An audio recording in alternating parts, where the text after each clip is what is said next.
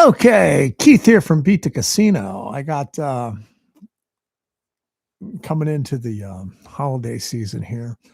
Um, I get a lot of players who don't play much, and one of the requests I get is, and I thought I'd address it with live chatting about it. Like what do you guys look at Beat the Casino? Can you give us some insights?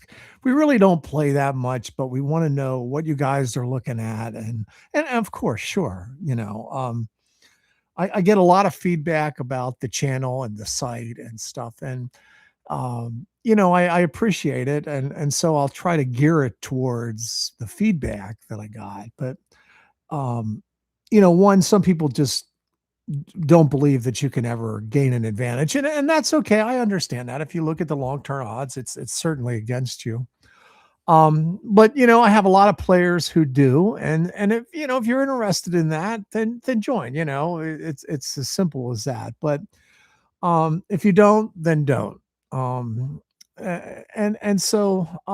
But in any event, I thought I'd try to give you a little bit of insight into it by just talking about it to in case you are interested, I guess is probably the best thing to say. What statistics do you look at? What do you find that works the best? What do the pro players do? What are they looking at all the time? So I thought I'd start, and what's the best way to play? So I'll start with what's the best way to play. The best way to play is to have patience and to look for a strong side bias. And that's one of the best ways you can play in Baccarat. Some people think it's a bias. We happen to believe it's a bias. We have players who go just play that way and do pretty well. And other players who just simply say, well, it's just the long-term statistics playing out. So take your pick. If you're stuck on a belief, then believe that. You'll probably miss what some other players know. I don't mean to put it that bluntly, but I've had players who, Canada Bacc being one of them, it took him 5 years to join because he didn't quite believe us, But in any event, what statistics do we look at? There's a couple basic ones. Now, obviously, the first one, and it's the most basic, at Beat the Casino, of course, is player banker disparity. And I'm not telling anybody anything monumental by mentioning that, but it is one that we absolutely look at. And it's one that is instrumental in pointing out a strong side bias. Perhaps the only caveat is perhaps not that you're used to seeing it. You have to look at a strong side bias as, yes, a lot of activity, a lot of runs on the strong side, but also one of the key features is short runs on the other side. In other words, if you're playing a banker strong side bias, all you want to see is ones and twos on the player side, and nothing more than that. And it kind of evolves, you'll see it mostly starts with ones and twos on one side, and then you'll see a repeat, then you'll see a 3, and then maybe a 4, and then back over to the weak side, and then jumps right back over to the strong side. And so that's really probably one of the best biases to look for, as you can easily pick up more wins on a streak. And by the way, it's not rocket science to understand as a player that you will earn more money, win more money on streaks. And if you learn to identify them or what you think triggers them, if you happen to believe that, and I want to be real careful because I don't want to exclude anybody who just likes talking about Baccarat, and we do, and Blackjack, which we'll talk about also. But yeah, it's very easy to look for strong side bias and try to pick up a couple units. And the most important thing with picking up a couple units is to be happy with a couple units. And most people aren't, by the way. That's where most people go wrong. They aren't happy with a couple units. So that's the other thing. What do we talk about? You have to temper your expectations. It's like, how much can you win in a shoe? You can't win $1 million, that's for sure.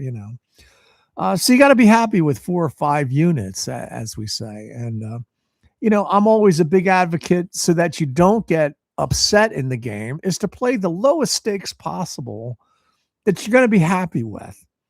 And, always think, okay, well, I want to play at this level, and then divide it in half and play at that level. You'll find yourself playing a lot better. You won't get yourself in a jam. Now, are you going to make as much money if you win? No, but are you going to lose as much? Well, you'll probably lose more if you get behind when you're playing bigger stakes, because you have a tendency to chase things then. And at all costs, you absolutely need to avoid that. So, but in any event, so strong side is probably the best way to play, the best bias to look for. But what statistics kind of enhance all this um, activity that we talk about with Kevin and Canada Bacc and GB09 and Cherie and Rail Rabbit and all the players that we have? What is one of the most common statistics aside from banker and player? Is opposites and repeats. An opposite being if a banker wins, then a banker wins again, a banker wins again. So that would be 2 repeats. And of course, an opposite is when the opposite side wins. If you're on a banker run and player wins, well, that's one opposite then. So you get a nice balance of the different statistics there to look at.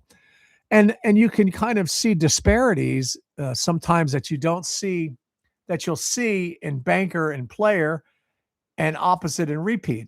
Sometimes they match up and sometimes they don't. And when they match up, that's usually a good thing, because now you have 2 statistics that you're tracking to validate your bet. And that's really a very, very important thing to consider when you're playing Baccarat is, and kind of Kevin mentions this all the time, is good bet, bad bet, better bet.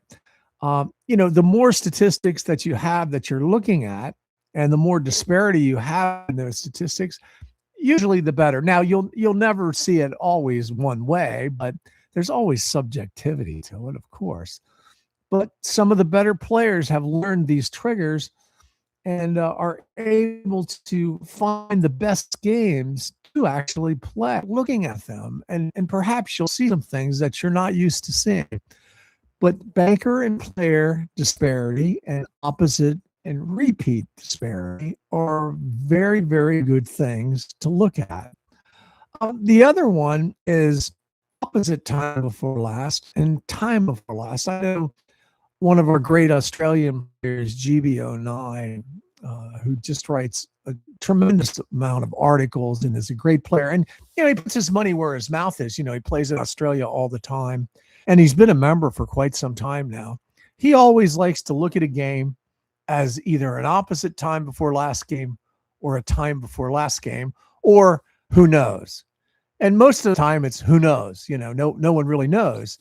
But there are times when he has identified a bias in the types of game strategies. Like, is it OTB4L or is it TBL? And it's not 100% antithesis of each other, the strategies, but they are and have opposing betting strategies and schemes that and patterns that tend to hold.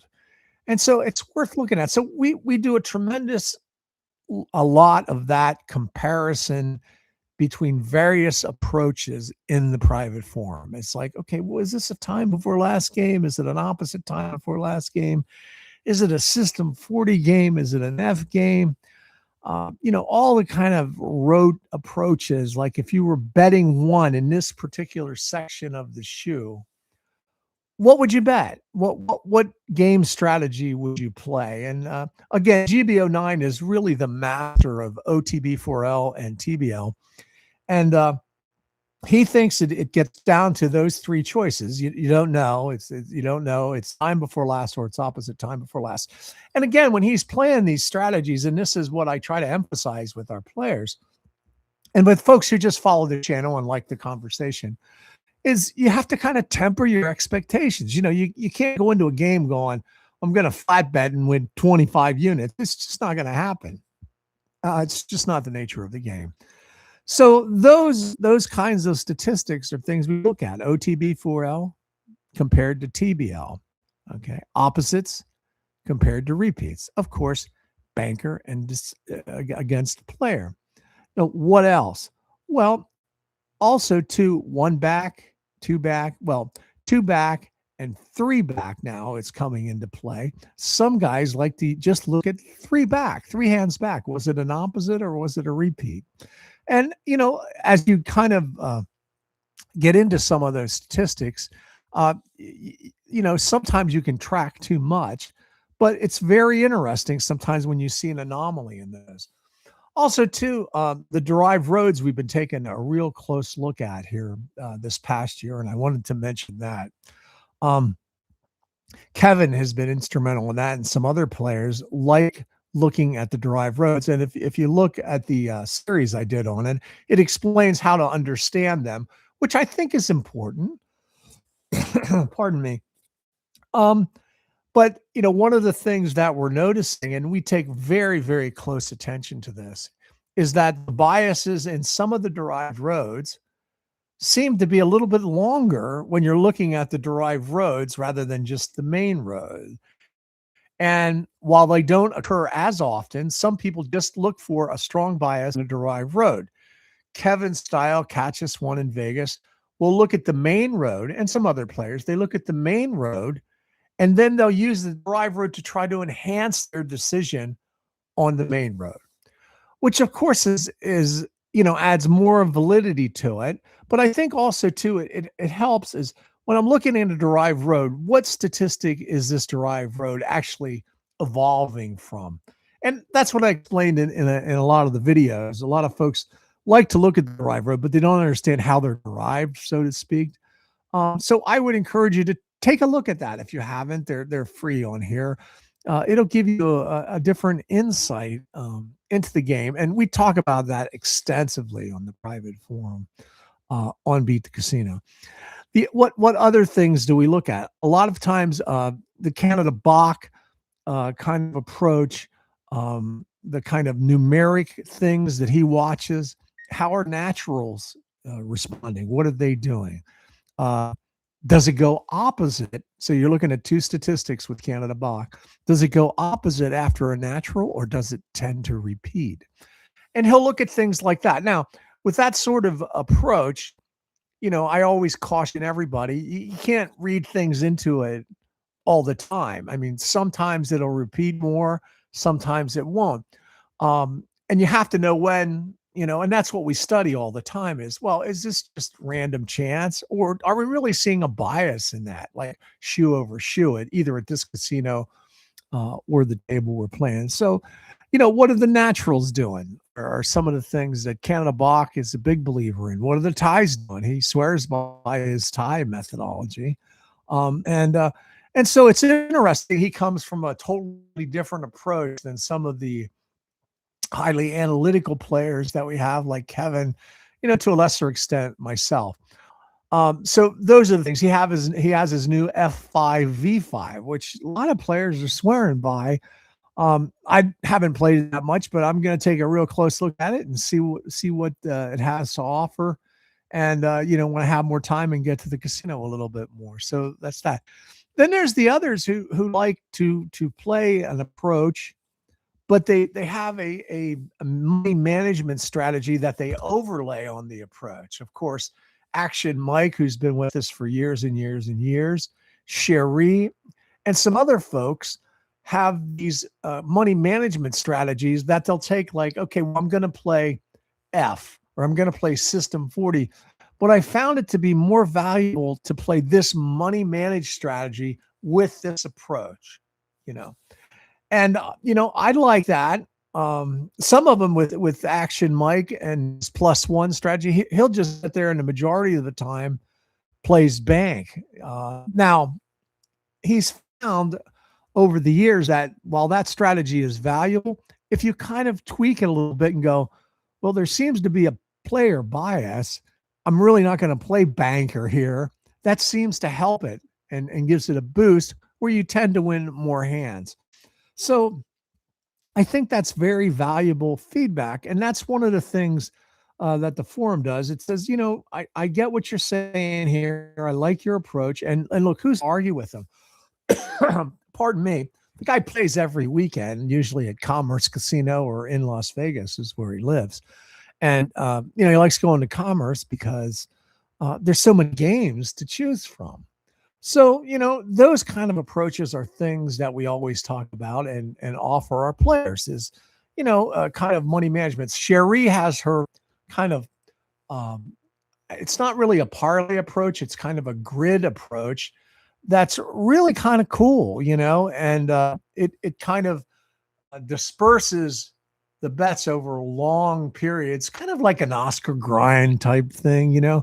But she tweaks it, and she plays a lot of it at Stadium Baccarat at Palace Station, and does quite well at it. I know I told a lot of players, I said I was real proud of my $400 win when we were playing in Vegas a couple months ago, and she goes, "Well, I'm up 2,200, playing starting at $5 units." I'm like, "Wow, and I was playing $25, a hand and 50, and she was winning a lot more now. She plays a lot more hands, and she plays her approach, and she has it in the form, and it's very interesting, And if you like that kind of style where you like to play a lot, we have a lot of players like that who just love to play a lot, and I'm more of kind of a statistical approach. Look for a great spot bet it, get up plus 4 or 5 and then get out of the casino. So, but again, we have those players like Sherry. I want to talk about GBO9 too, who his 3 strategy is just, I mean, it's still great. I still play it. I will always play it. It's just one of the best strategies. Uh, you know, and basically the foundation of it, and it's kind of a game strategy, but it's very selective in its bet. And when combined with other things, it performs really wonderfully well. When you take a look at some other statistics, the essence of it is that he's going to bet that you're not all of it, but you're not going to have 2 attached 3 in a row together at the same time. In other words, 3 bankers, 3 players, and then it goes banker again. So that would be, and no, you have a player win, and then it goes opposite. You have 3 bankers, then you have 3 players, and then you have a banker. So there's 2 attached 3 in a row. That pattern is very rare. However, when it does occur, what we've noticed is it tends to occur again in the show, which is very interesting stuff. So we're always looking for things like that. So that's the basis of his 3 strategy. There's more to it.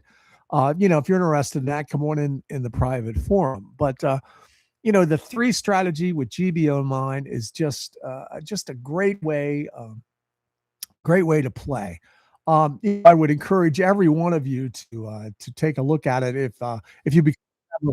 It's certainly one of the most important ways that you can learn how to play if you join the forum. And one of the first things, I'm going to add it to the 10 best bets in Baccarat, our booklet.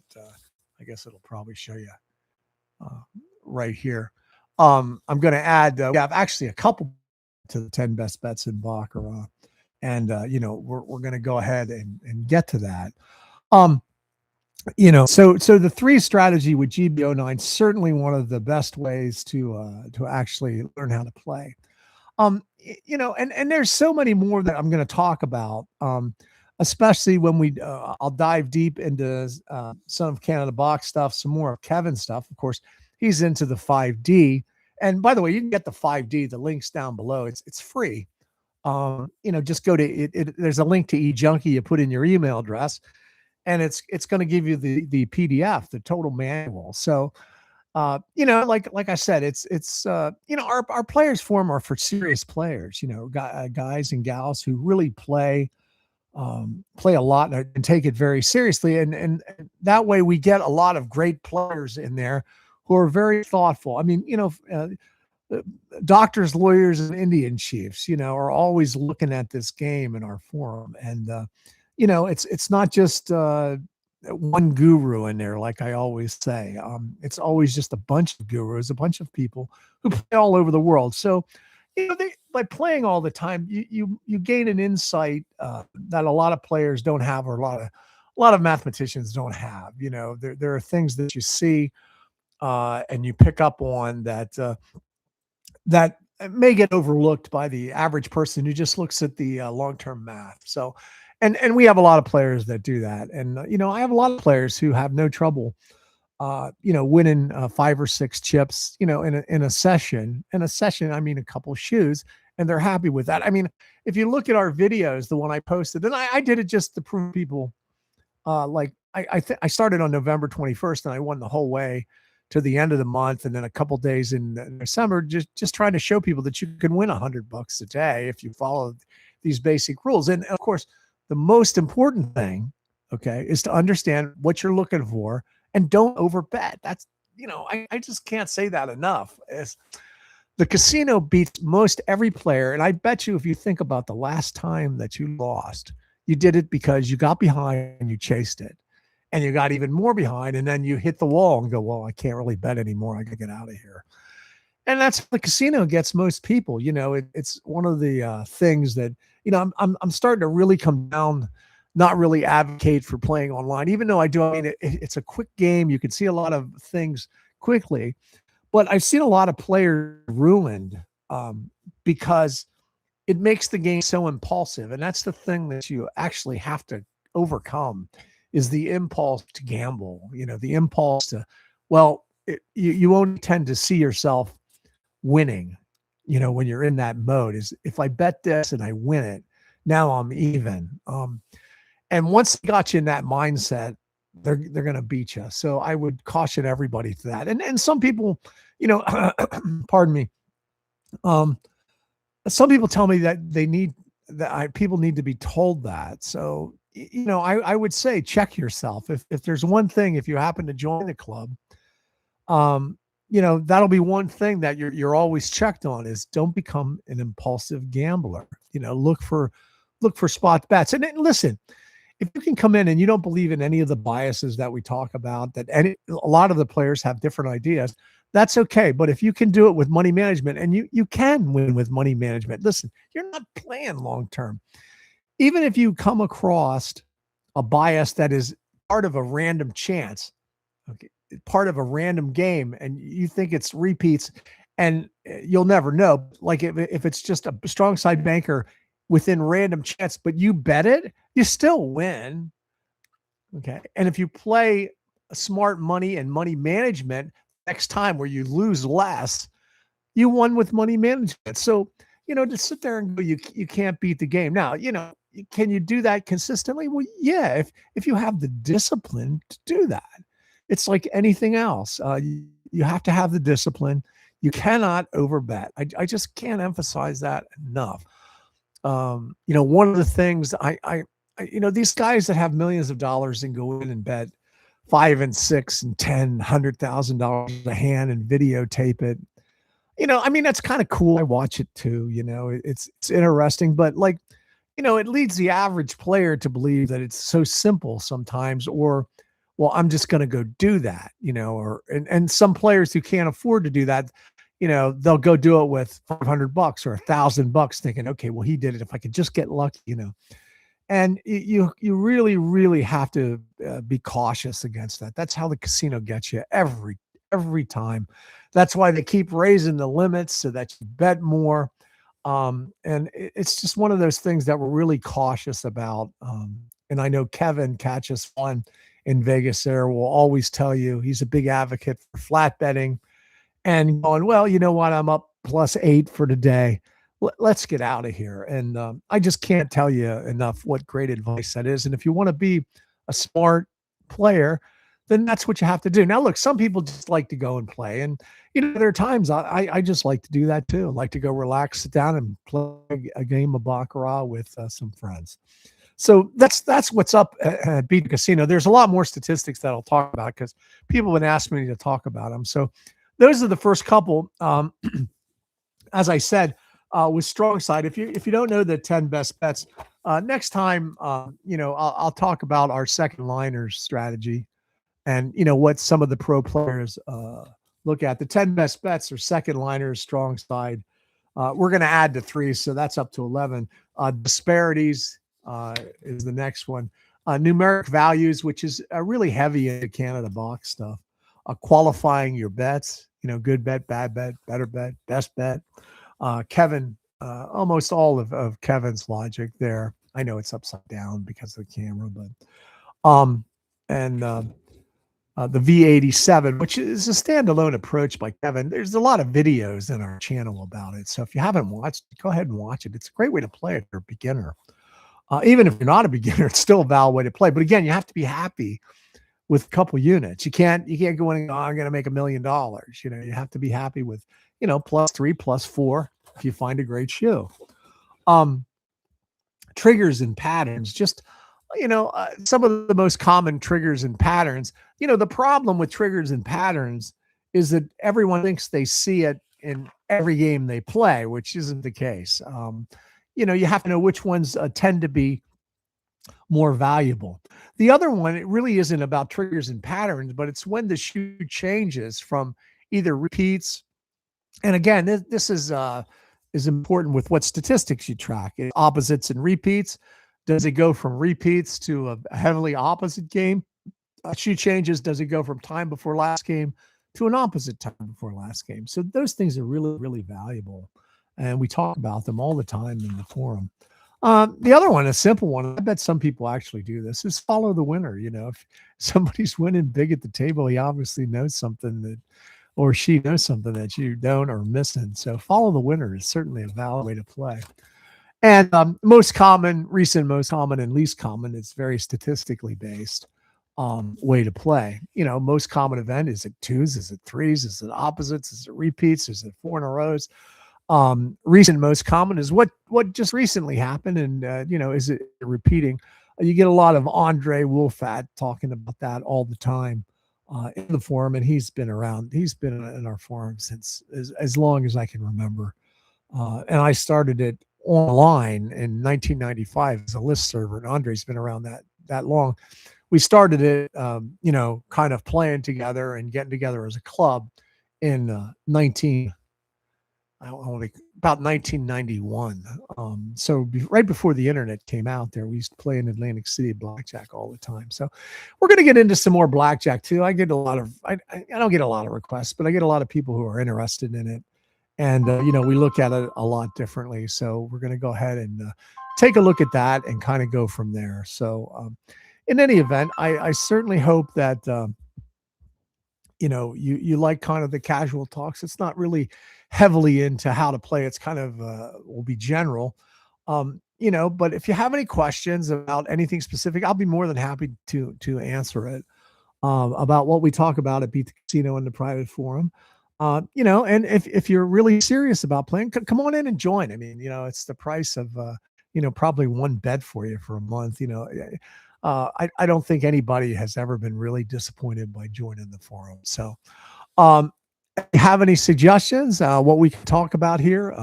Kevin's on the East Coast. He'll be back. GBO9 is going to get in here and jump in action. Mike's in Vegas. Everything kind of slows down over the holiday season. But we'll be back. We're always in the forum.beatthecasino.com. Again, it's $39.95 to join. If you $25 if you want to join for a whole year. Come on down, join, sign up, learn how to play. Have any questions, type it below. I'm going to try to log in and pick a different topic every day or so and talk about it. Again, strong side, we'll finish up with that maybe tomorrow or the next day, talk a little bit more about that, some of the triggers, and maybe show you some examples. It's a great way to play. One of the best ways to play, honestly, in Baccarat. But the key to it is you must have the patience to wait for the game. You can't force a game. You have to wait for it. And that's the most important thing you can learn in Baccarat. Again, I like playing online. The games will come by fast. If you have the patience to sit there and wait for the game that you're looking for, like a strong side game, that bias usually holds, and you can usually take a couple chips from that game. But again, you have to watch online because they're trying to get you to play the game like a slot machine. Just clicking the button, spin. What do you want to bet? Spin. What do you want to bet? Spin. What do you want to bet? So, Baccarat back in the late early '90s. We used to play Big Bacc where we'd pass the shoe. It's a very relaxing game, a lot of fun that way. Now it's becoming, click, click, click, click, click online. Even in the casino at Stadium Baccarat, which, of course, is always good. So just be cautious with that, I guess. There are advantages to it, but there's some really big disadvantages because you will start to bet a lot more than what you usually do with those, and it's by design, so the more they get you to bet, the more they win. So anyway, all right. Well, listen, this is Keith from Beat the Casino. Just want to do a little live stream, let you know we're still here over the holidays. If you have any questions, I'm going to go through the 10 best bets, some of this live series, some of the new stuff with GBO9's 3 strategy, Canada Bacc F5, V5, Sherry's stuff, and just some more stuff that we're talking about. Add some Blackjack in there. And, I hope you enjoy this. So listen, thanks a lot for watching. You have any questions, post it below, or come on over to the forum. You can join the free forum. There's all sorts of videos over there in the free forum that are indexed for you in the Blackjack and Baccarat Q&A public forum. So stop by. BeatTheCasino.com. This is Keith. Thanks for watching.